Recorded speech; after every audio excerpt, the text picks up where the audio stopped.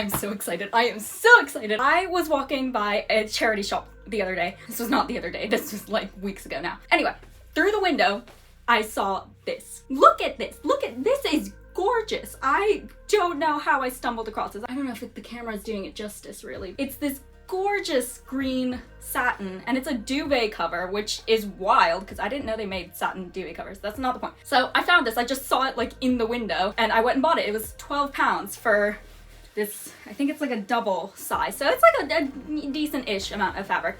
And it's literally my favorite color in the world. It's this gorgeous emerald green. Like, I don't know, I lucked out so hard with this fabric. And as soon as I saw it, I knew that this couldn't just be any other project. I had to make something really special with this gorgeous fabric. And so, welcome to the first video in my journey to make an 1860s ball gown. I'm so excited! Now, if you know me, you know that I've had a bit of a Victorian obsession for a while now. It used to be more like 1890s related, but recently I have been just dreaming of a ball gown with a huge round skirt and a swoopy Bertha collar. So I sketched out what I want it to look like.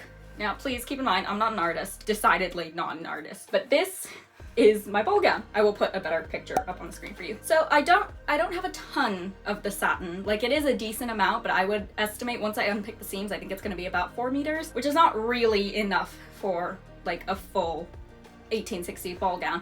So I'm gonna kind of supplement the green fabric with some black satin. We'll have to see how much I can squeeze out of the green fabric. So parts of my design might change as we go on and I see how much fabric I still have left. So the bodice might end up being all black, or I might do like bigger bits of black at the bottom, just depending on how much fabric I end up having. Now, as you might be aware, ball gowns are not generally cheap garments, and I am also not a particularly rich person, so I am going to be sewing this ball gown on a budget and spreading out my purchases over time so that I'm not blowing a whole bunch of money at once. So what that means is that I don't have a cost breakdown for you right now, and I haven't even bought all the patterns yet. I haven't even decided which patterns I'm using yet. I might even end up self-drafting some stuff just to save a bit of money. So I will include a cost breakdown of each individual garment as those videos come out, and I will do a full cost breakdown at the end of the whole project so that we can see how much this actually ended up costing me over several months. So speaking of all of the individual garments I need to make, what am I gonna need to make for this? So every Victorian garment has to start with some kind of undergarment. So that might be a shift or chemise,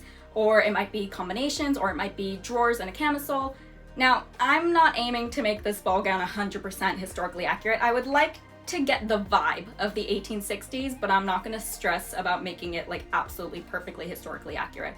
So that said, I'm gonna be wearing my modern underwear just because I find that the most comfortable. So I'm not gonna make like split crotch drawers or anything. I just don't think that's something I would be comfortable with. But I am gonna make a basic chemise as my base layer. So next, a corset, of course. This is your base structural layer to help support the weight of the skirts, and it helps give shape to the bodice as well. After that, we need a corset cover. So this sits between the corset and the bodice, and it protects the garments from each other because the busk would wear away pretty quickly at the bodice otherwise, and we don't want that. It's much easier to replace a worn out corset cover than a fancy bodice that you spent loads of time on. After that, I'm gonna do a slip. This isn't strictly necessary, but I have already made a petticoat that I'm gonna use for this purpose, so I'm not actually gonna make a new slip.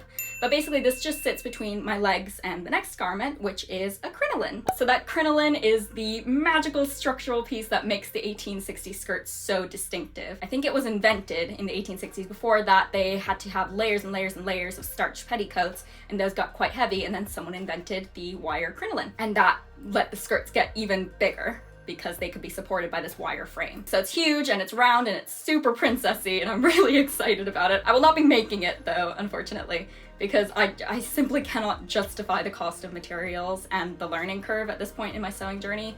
A cheap crinoline is going to be just fine for this, and actually I have already bought it, so I will show that to you in the next video, I think. I can always upgrade the crinoline later if I decide that I want to take on that skill, but seeing as this is my first ball gown, I didn't really want to overwhelm myself with having to learn a brand new skill and a lot of like fiddly pieces to work with. It just seemed a bit daunting, so I just bought a cheap like costume crinoline essentially. So after the crinoline comes the petticoat. This is basically another layer of fluff that helps the skirt bell out, and it also protects the outer fabric from the crinoline. Again, this is a big wire thing. We don't want it really rubbing up against the nice satin outer gown. So after that, we do the bodice. So this is going to be nicely fitted to the corset, and we're going to have some big sleeves and a wide collar to help make my waist look super tiny. It is all an illusion, people. They did not actually have teeny tiny waists back then. It's just And finally, that giant skirt. Oh boy, that's gonna be a lot of fabric. Now, I'm hoping to have this project done by the end of May, but you all know me by now and I rarely stick to deadlines. Even if I do finish it by May, I doubt we'll have the last video coming out until probably June or July, because it does take me quite a while to edit sometimes. But I have already filmed and edited part 1, so that will be coming out tomorrow if you're watching this as I'm uploading it. So with all that said, I hope you will join me on this ball gown making adventure, and I will see you very soon. Bye!